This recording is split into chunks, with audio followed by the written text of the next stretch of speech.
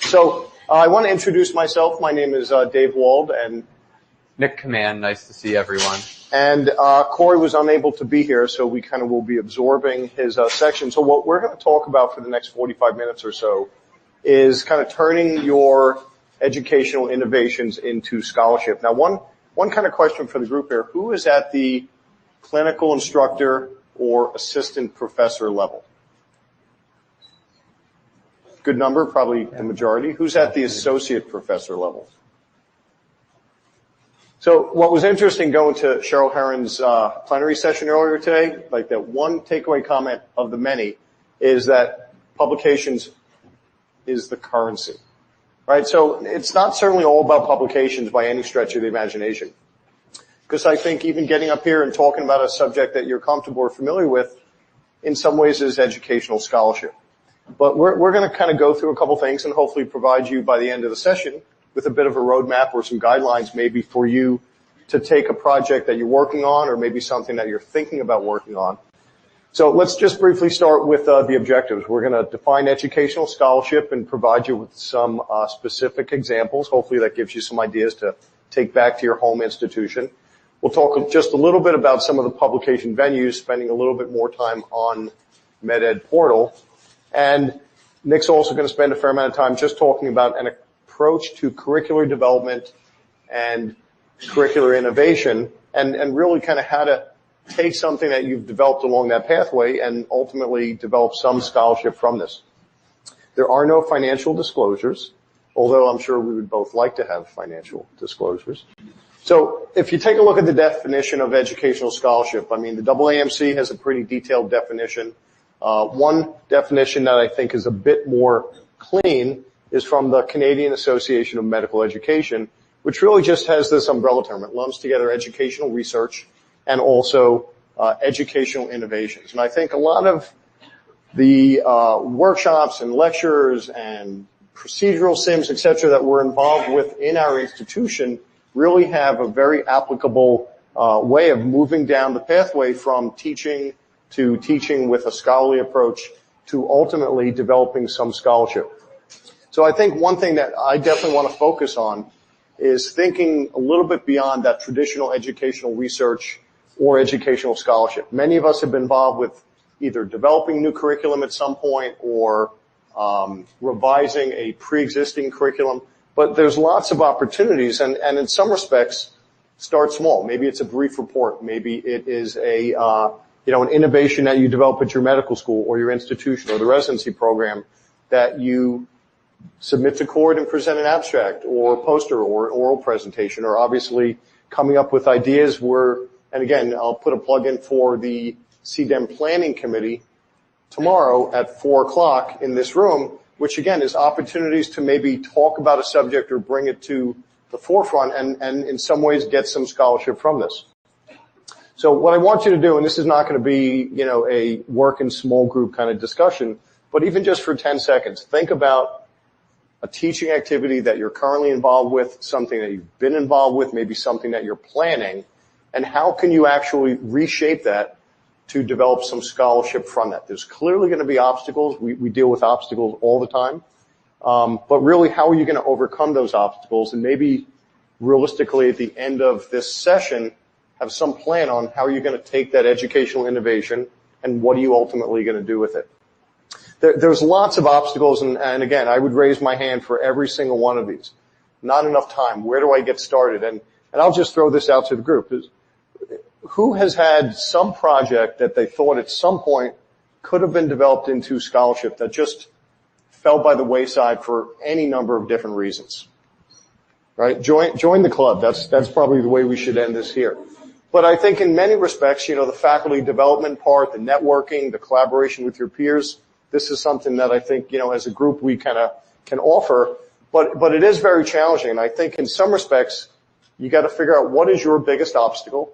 Maybe it's time, and maybe you have to block off a couple shifts in a row so that you can actually really sit down. And if you talk to some people that are experts in the field, and I certainly do not claim to be an expert in this field, but they have recommended to block off very specific days or time for writing up your innovations or your educational research. So even just getting started sometimes is a bit of a challenge. But I think once you can identify that obstacle, you name it, you own it, and then you kind of figure out a way to move past it. So the traditional teaching, and certainly if you had to define teaching, it's an activity based on, whatever you're ultimately going to do with the goal of learning something. Now, again, maybe your learners are students, maybe they're residents, maybe they're fellows, maybe it's a faculty development program. But the key thing, and I think when you talk about educational innovations, is moving from teaching, and we all know that you can be an excellent teacher, and there's probably folks in each of our departments that are excellent teachers, but maybe have not progressed to scholarship. And then there's also folks that maybe take a scholarly approach, maybe even have had educational publications, but are maybe not that great of a teacher. Obviously the goal would be a great teacher, but also to take what you do and produce some scholarship from this. And again, my biggest thing, what I certainly have tried to do over the years, is kill as many birds with one stone as possible. If you're coming up with an idea, put a talk together, submit an abstract. And some of my junior faculty at my shop, anytime they're writing a book chapter, it's like turn that into a presentation, turn it into a lecture. Don't just speak at our institution, put together a high quality lecture, go out and give a grand rounds at another institution. And some of those things actually kind of, just progress onto other opportunities. So I think the first step when you're transforming teaching is it's the who and the what, right? Who are you going to be teaching to, and what are you going to be teaching? And based on the resources and based on whether it's a medical school activity or a residency activity, there's lots of opportunities to kind of, move forward with that. Transforming into kind of a scholarly approach really means taking feedback from your learners, maybe taking feedback from your colleagues that are, watching you teach. CORD has, an opportunity for peer review of your lectures and kind of giving you some feedback. But it's also taking a look at the actual material that you're teaching and incorporating some type of educational design, going back into the literature, providing some theory to what you're doing, and really determining what's the best modality of how to teach that. Should it be simulation? Should it be small group teaching? Should it be team-based learning? Should it be, active learning? And I think one thing that's really important, and they talk about it in the literature, is build on work of others, right? I mean, you can't always invent things right from scratch, and no sense reinventing the wheel. But look at what's been done in the field that you're looking to approach. I mean, we did a couple years ago, and I don't take much in the way of credit for this, but one of our other faculty members put together a fantastic simulation on death telling and delivering bad news. And she kind of looked at what was in the literature, and there was really nothing in the literature about utilizing standardized patients, peer-to-peer feedback from residents observing, the interaction, and really put together a great program that ultimately was presented here at CORD about 2 years ago. So drawing from Dave, and kind of piggyback on that. Sure. One thing that we don't do well in education, research, and scholarship is validate other people's studies. So we do these single-site educational innovations. I did this really cool thing at my place, and the students liked it, and here's the evaluation data, and that's it.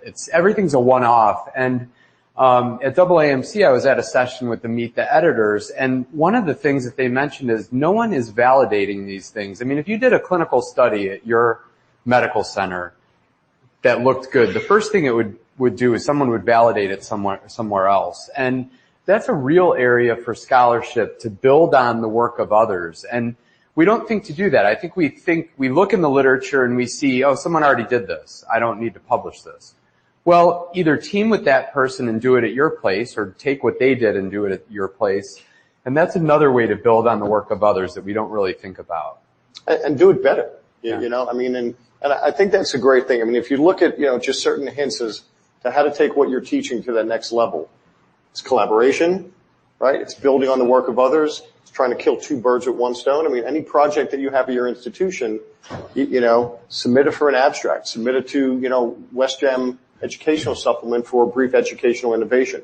There's just lots of opportunities to kind of move forward. And once you start really thinking about what you want to teach and really doing it in a bit of a scholarly approach, then the next step is really kind of sitting down and trying to write this up. And I think the nice thing with educational innovations, it's not always necessarily the outcome measures. There's lots of venues, especially even a conference like this, of writing up just the impact to your learners and writing up basically the end result of I developed this kind of workshop on this topic, and this was even the perception of the learners. From a quality and scholarship standpoint, really to get to that point where you do have a peer-reviewed publication, obviously it goes through a formal process of peer review. It's publicly disseminated, which is key, because then that allows other people to kind of use your work and ultimately build upon it. And that's really the key thing, having it be peer-reviewed down the road, being disseminated out to your colleagues and professional peers, and also a platform for other folks to ultimately build upon. Now, there's a number of venues, and really I'm going to just scratch the surface here. Nick actually passed this on to me, and this was a great kind of annotated bibliography of educational journals. And this is certainly, I think, a good place to start if you're, one, interested in trying to get a better handle on what educational journals there are out there, but also maybe what journal would tailor to the particular project that you're looking ultimately to publish. And again, I just want to make sure everyone got that picture if they want to. So. And each of these journals have kind of their own little niche. So Teaching and Learning in Medicine is the journal of ACE, the Alliance of Clinical Educators, of which CDEM is one of the 8 members. The problem with that journal is they only publish quarterly, and so their acceptance rate is pretty low. So we're going to hit this pretty hard, but just to emphasize this point, think about the journal you want to publish in early on. Think about the IRB early on. It's easier to get your scholarship published if you've thought about what's the journal for this. The Alliance, the International Alliance for Medical Science Educators is more of a basic science journal. We found that out the hard way because we submitted something to them on like the 4th year of medical school. And then we kind of went through the journal and we're like, this is all really foundational sciences, I'm going to give you my pitfalls here too of things that I've done wrong, but look at those places when you publish. Now, JED-EM is a new online publication, another product of UC Irvine. Certainly another opportunity. It's an educational repository. And then everyone's familiar, or should be, with the WestJam CDEM Cord Supplement, and they're actually soliciting new submissions for this year, deadline of June 15th. And the nice thing is there really is a very wide category of submissions here, and they basically represent across the spectrum of undergraduate and graduate medical education. We know AEM just launched their new education and training journal. First issue was published just a few months ago in January. And I just want to spend a few minutes talking about MedEd Portal, which I think in many respects is really just a great educational resource and repository.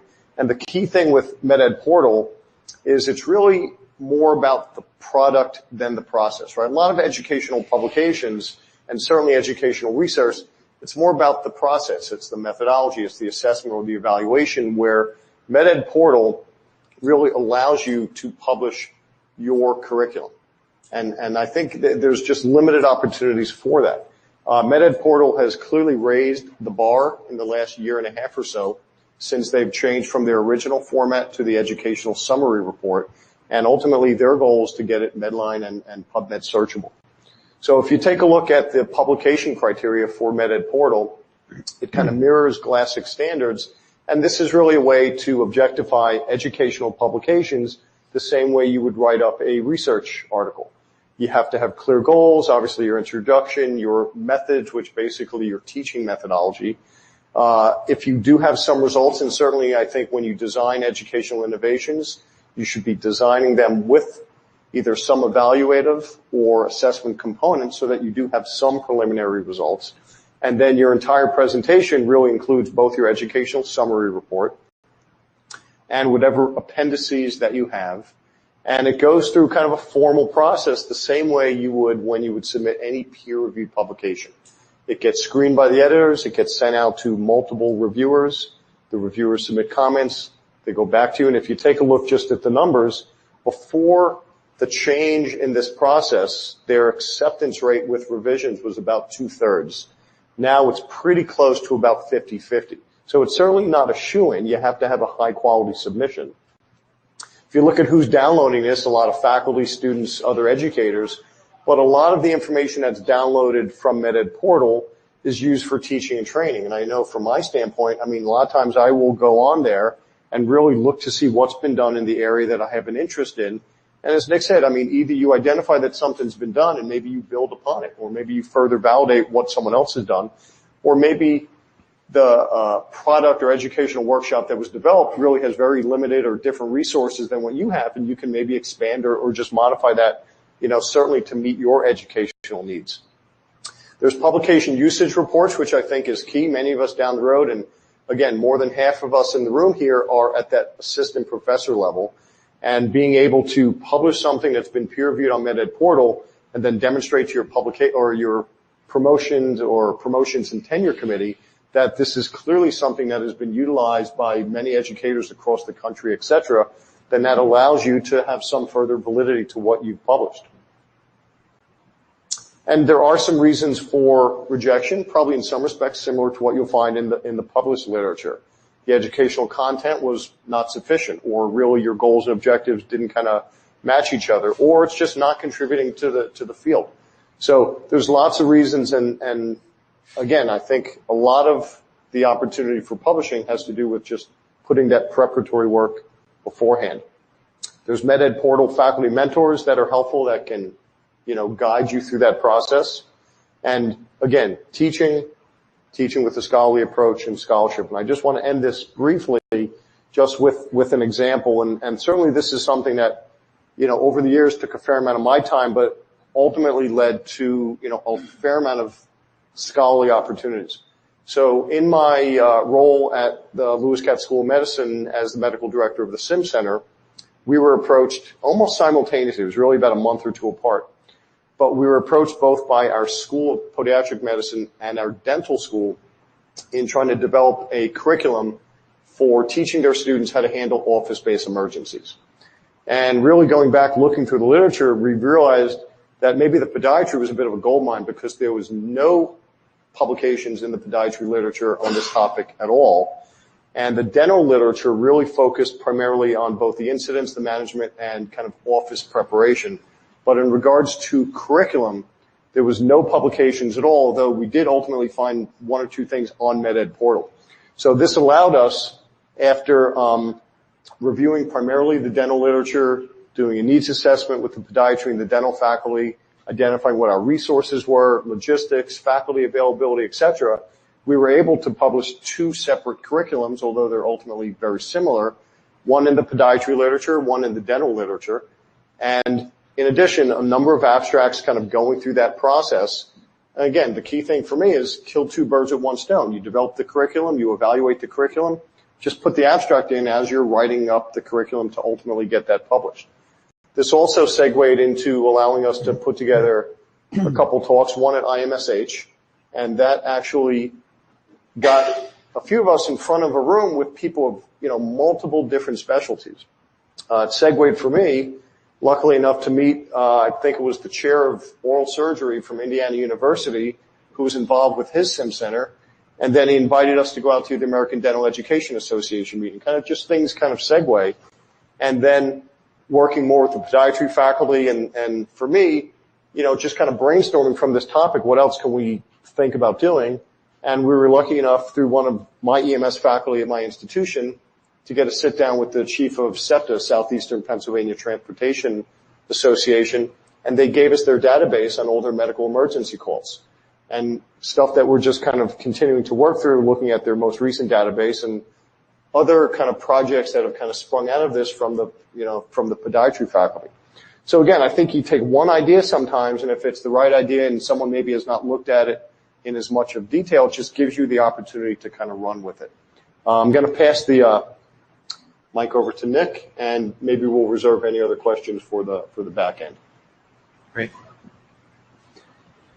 So thanks. I kind of want to do what Dave did in terms of reflecting a little bit on some of the opportunities that have crossed my path and try to maybe plant some seeds on what you can do in terms of educational scholarship. So I've been pretty lucky. We underwent a curriculum redesign that started in 2012, and I started at Ohio State in 2007, And so I was on a lot of these committees, and I really got to do a real-life workshop in curricular development, a high-stakes workshop that, we were redeveloping our curriculum, and ultimately I oversee the 4th year there, and I got to build that piece. And so my personal opinion on educational scholarship, at least turning your educational innovations in, is you have to do curricular development the right way.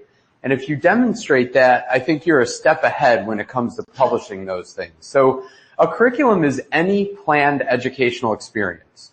So it could be as small as, I just got an email recently from our curricular dean that said the governor was wondering what we're teaching on opiates and prescribing, right? So all of you know there's a huge opiate crisis, and Ohio is one of the #1 states for that. And so, on the cuff, we'd have to develop a curriculum for teaching responsible opiate prescribing to medical students. So how would we do that? Well, we use Kern's 6-step approach for med ed.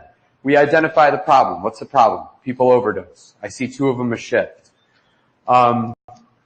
What's the needs assessment for targeted learners? Medical students are going to be out in the world prescribing, at least in my learners are Med 4s, starting in June and July. So we have to write our goals and objectives, and some of those already exist. And then what's our educational strategy? So I want to stop with this one for a minute, because when I first started, I looked at curricular development as what are some cool things we could have students do, and we're going to do that. So we started a boot camp in 2007 for students, and we didn't write any goals or objectives. We found cool opportunities that we weren't teaching on the clerkship. So fly with MedFlight, a day with a pediatric anesthesiologist doing pediatric airways, adult airways, disaster stuff. Anyway, we published this as a curriculum, and I still to this day, I can't believe it got accepted, because it was a hodgepodge of teaching and learning methods. It was a hodgepodge of number 4 without good objectives and no good assessments. So, and sometimes you see that. You look at Twitter. We got to use Twitter to teach somebody something. Well, that's an educational strategy. That's not a curriculum. That's how you deliver content. So, and I actually have done that before. So it's important to go through this process, because if you submit a curricula to an educational journal and you haven't done the scholarly activity behind it, it's not going to get accepted. And then you're going to talk about your implementation, and then you'll do your evaluation and feedback. So for those of you that are interested in this, Kern wrote a pretty famous book on it. This is a diagram straight from the book. So the first thing is identifying the problem. What is the healthcare need that needs to be taught? So another thing that I was tasked with is on our AAMC GQ, our medical school in 2010 scored really low on I'm taught something about healthcare finance or cost-conscious care. So even though I'm not an expert at this, I was like not at the meeting, so I was voluntold that I was going to write this curriculum on cost-conscious care. But, we took it as an opportunity to do that. This was a similar curriculum. So when I was at Wake Forest as a resident, I was working with Mike Fitch, who's actually one of the editors for the MedEd portal, and we realized that there wasn't really a good curriculum for the rotators that come through your department. So we actually went through and we wrote one. So look at the needs. What's the need in healthcare? And then the second thing is, what's your needs assessment of your learners? So who are the learners? If they're general medical students that are going into psychiatry and pediatrics, do they need to know everything about putting in a chest tube? So, it's important to look at your targeted learners. So this is kind of what evolved out of that need at our institution of teaching cost-conscious care. We started a curriculum, and then the core EPAs came out, and EPA 13 is contributing to a culture of safety and improvement in healthcare. And so we kind of wrote up an EPA 13 curriculum, and we've presented this a couple times at the AAMC. But looking at what the objectives are, how we're going to assess those things. I'm not going to spend a lot of time on goals and objectives. So Laura did a fabulous session before us on the needs assessment. So I've probably already spent too much time on that. But writing goals is its own lecture. And you guys have probably seen it, Bloom's taxonomy and how to write smart goals and objectives and things like that. So we won't spend a lot of time on that. But just know that your goals are what you're going to deliver with your educational innovation.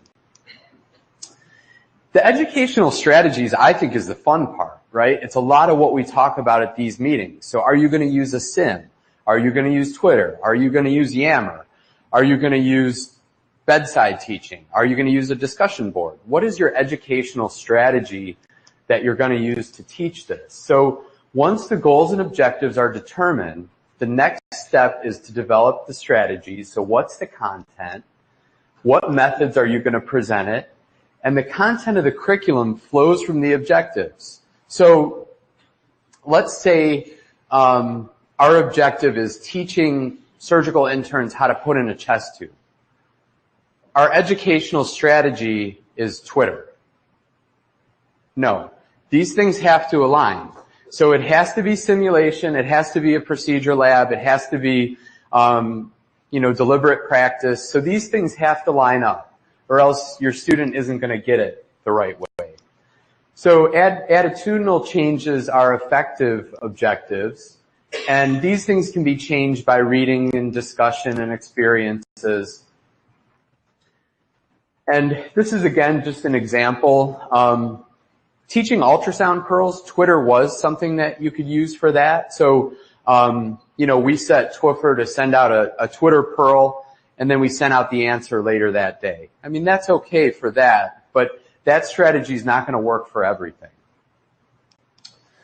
So psychomotor objectives, you're going to have to do supervised clinical experiences, simulations, and things where students are more hands-on. This is just an example of a disaster drill.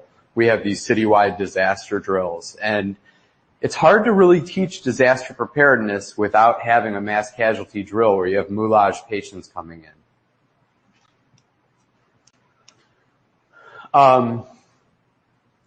So another example of just kind of a curriculum coming together. At Ohio State, we have this thing called the Mirror Lake Jump. So before the Michigan game, when our team plays Joe's team, all the seniors jump in this pond, and this is in late November. It's the Saturday before Thanksgiving. So as you might expect, we probably see 50 to 100 drunken, assaulted college students. Anyway, thankfully this is going away because unfortunately there was actually a fatality at the last event, which could have been easily predicted. But we started to have the medical students come in that night. They would help us with suturing and making sure the intoxicated patients get what they need. And we kept adding these things, and we're like, wow, we're building a disaster preparedness curriculum. And so this paper kind of came out of that. The objectives were teaching emergency preparedness to medical students, and the assessment was a pre and post test. But what we used for the educational strategies were local events that we had students come to. And then implementation. So implementation, this is probably the hard part, right? This is when you're going to get started.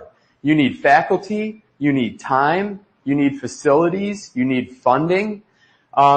This is where you need to think about your barriers. What am I doing on time here?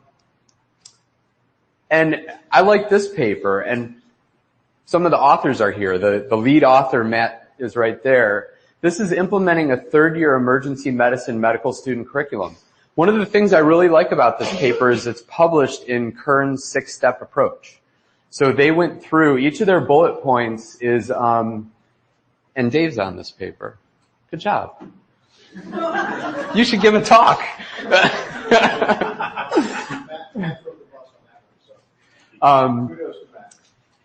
So just a great example of implementing and being able to standardize a curriculum across places.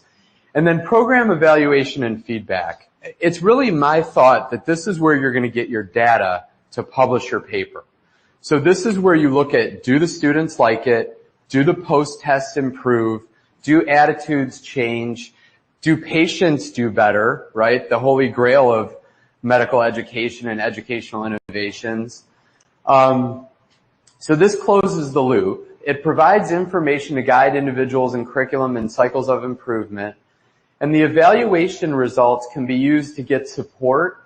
They can address achievement. These are things that you can show the LCME. So LCME is really big on continuous quality improvement. Does anyone have a site visit coming up? Yeah, so you're probably thinking a lot about this new LCME. They're really interested in continuous quality improvement and what you're doing. Well, you can demonstrate that by publishing some of these things. Just a quick 3 slides on a different view of curricular development. This is called backward design. The book is Understanding by Design. The way this breaks it down is really simple. What do you want to teach? What are your goals and objectives? You tie those to the objectives by the assessment, and then you describe your activity. So think about something that you need to teach at your institution. Probably you already thought about something for Dave. So there's something that you need to teach students. So for us, we have this emergency preparedness elective. We wanted to teach mass casualty triage, right? His shop was the one that saw all the patients when the train derailed. We had an armed aggressor on our campus, saw the first patient in the ED. I'm sure one of you is at Orlando or San Bernardino, or, you've been affected by this. So it's very important, right? So execute a mass casualty triage protocol for victims of a coordinated terrorist attack. So that was our goal. Our assessment was simulation. So we had moulage volunteers like running around, and we had mannequins, and the students had to go in and triage tag each of the victims. And that was our activity. This is a very simple way of going through and designing an educational innovation. So why do we want to publish this? Well, we already talked about it. We want to get promoted. Makes our medical school look good. The students respect us when we do that. The LCME likes it. It allows us to collaborate, right? So, Matt and Dave's paper on the 3rd year medical student curriculum, there was a need for that. And that came out of this meeting. And so a lot of these things come out of this meeting when we identify a need of something that we need to teach. This is a big one too, minimize redundant work. How many times have you been somewhere and you realize that you're teaching the same thing that every other place is teaching, and you put in all this work to build this curriculum? This is a reason that we can do that. Go to the MedEd portal first and see if someone already has a simulation on what you want to do. All right. So here's how you need to go about doing this. You've thought of your educational innovation. I want to teach cost-conscious care to medical students. I would recommend thinking about an IRB right away, and then you're going to write do your needs assessment, write your goals and objectives, and then start targeting your journal. I've actually had some success here at the poster sessions, and you may have as well. Some of the editors of these journals are within our, specialty, and they'll come up to you and you'll start a dialogue. We had a little thing that was presented here, and one of the editors for academic emergency medicine was the poster moderator, and we started working with that editor. So that works really well. Is your journal peer-reviewed? Now, these things don't always have to happen. So JEDEM is a new resource. It's not going to be on PubMed, but it's a really great place for curricular innovations. I would say, though, most P&T documents, you're going to have a couple of these. Do you agree? Sure. But I think also it depends on at what level you're at, where you want to go, but you got to start somewhere, right? So it may not be the first endeavor to have a multi-center, validated, educational research. But if you're starting from scratch, maybe it's just publishing the curriculum that you're kind of working on. Question, Kevin? I was just going to say, having gone through this very recently for my own P&T, it's useful knowing how your institution deals with blog and non-traditional publications and how they count it.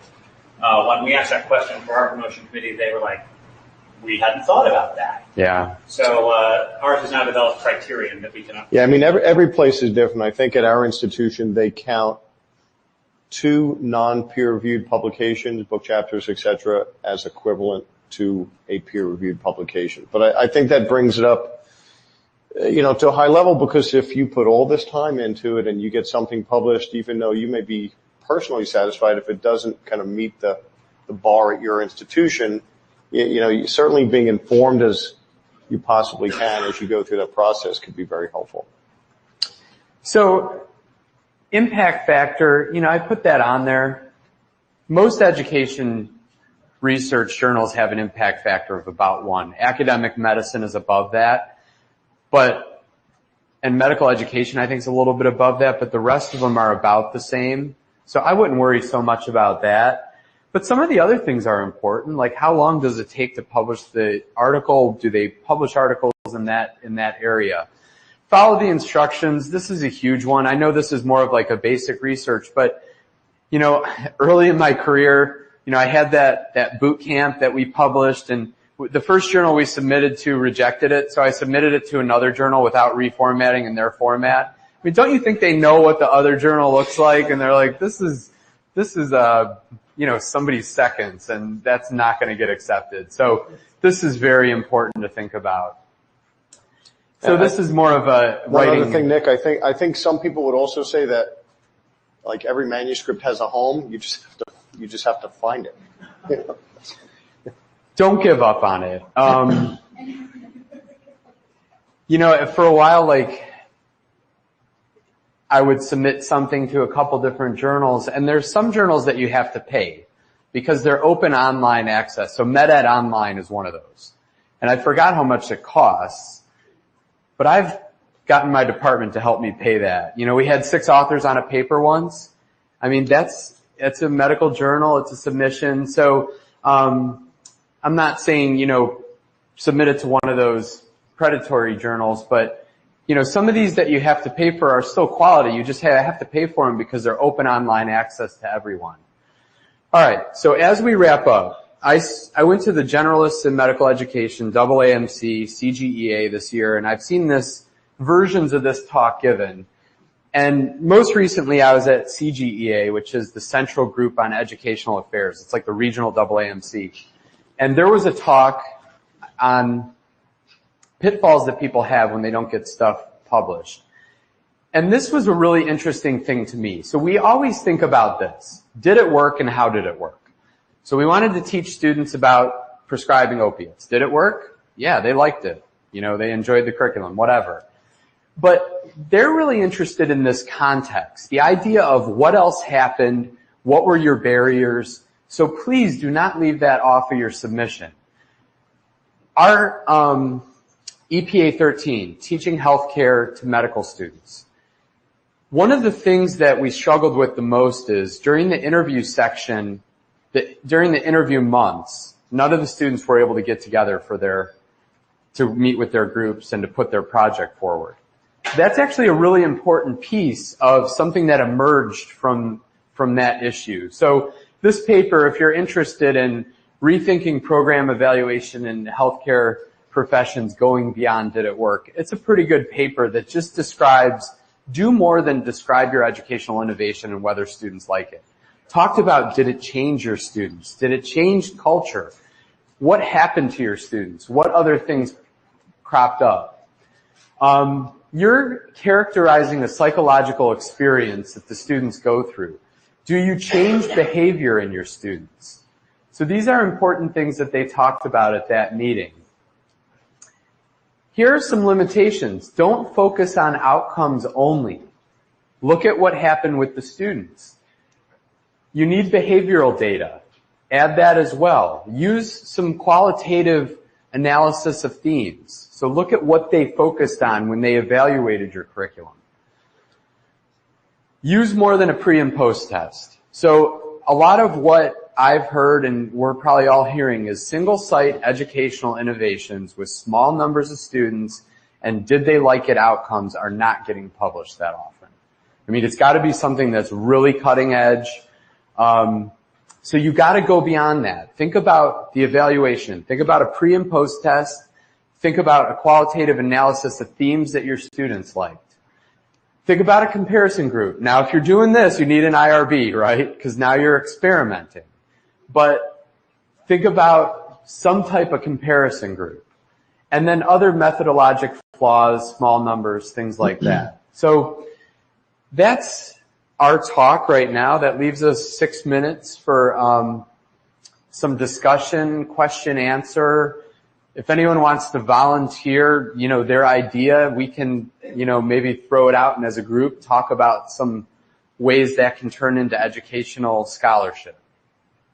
Anything you want to add? No, I think you touched base on everything. Any comments from the audience at all? Yeah, go ahead. I have an idea. Sure.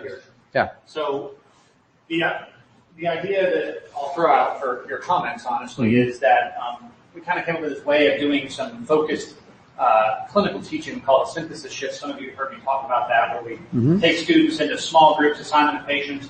They go see the patient and sit down with the faculty in a small seminar room, about 4 to 5 patients, or 4 to 5 students, talk about the patient, but then the faculty is really focusing on the decision-making that goes into how that patient is worked out.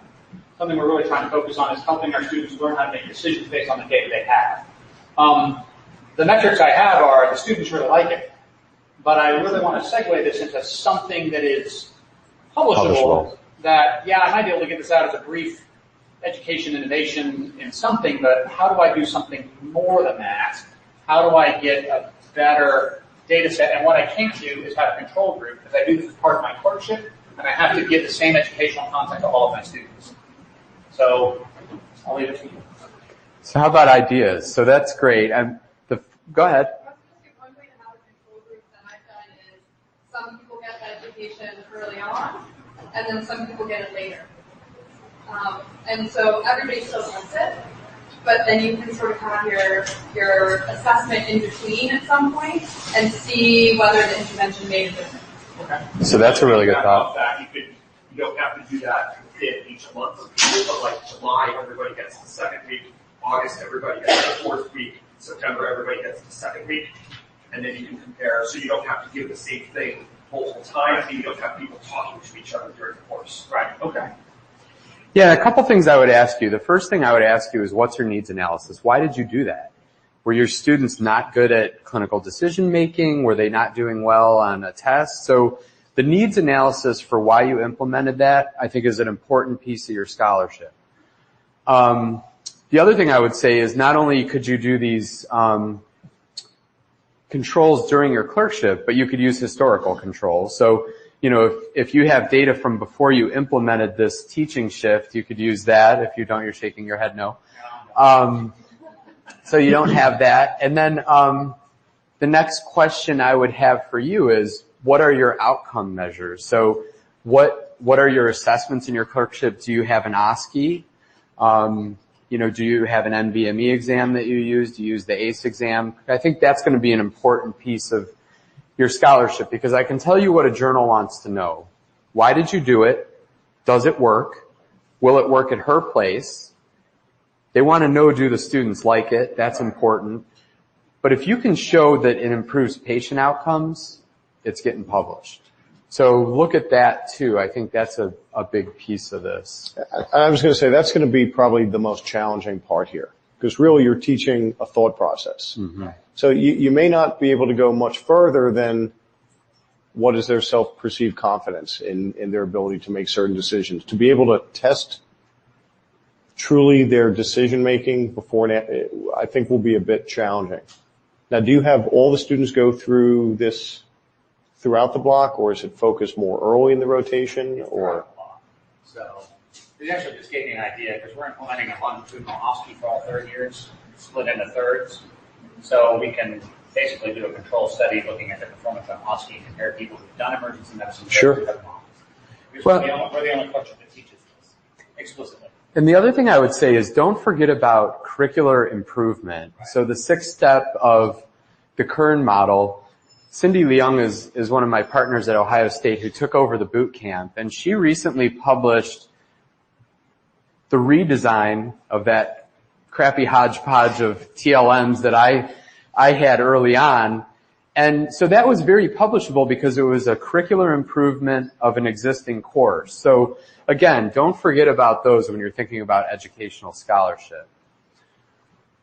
Thank you. Yeah, we'll stay in the back and answer questions. Thanks for coming, everyone.